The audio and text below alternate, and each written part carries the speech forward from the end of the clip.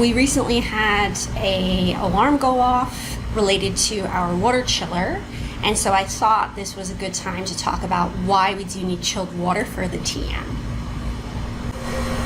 Apologies for the noise. This is typical of a water chiller. This is our unit, and the alarm was sounding when I came in one morning, and there was an error message on the LED screen, and it said something about the water flow level being too low.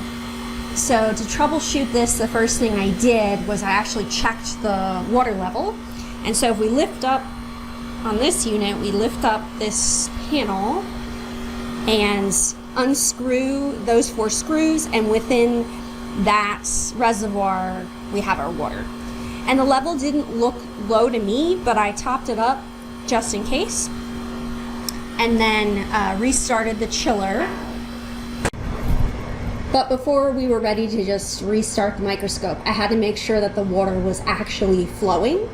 So this is our Talos TEM, and it's within this enclosure.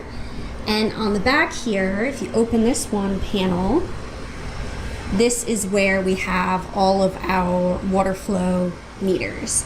And so we can look at the little black float that's within these and make sure that it's actually between the orange values that were set by the engineers.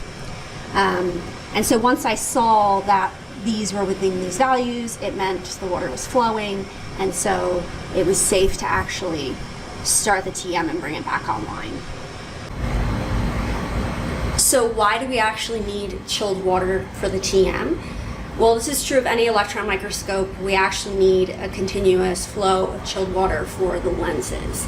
So this is the microscope column. This central cylinder that's silver is the column, and within that we have lenses.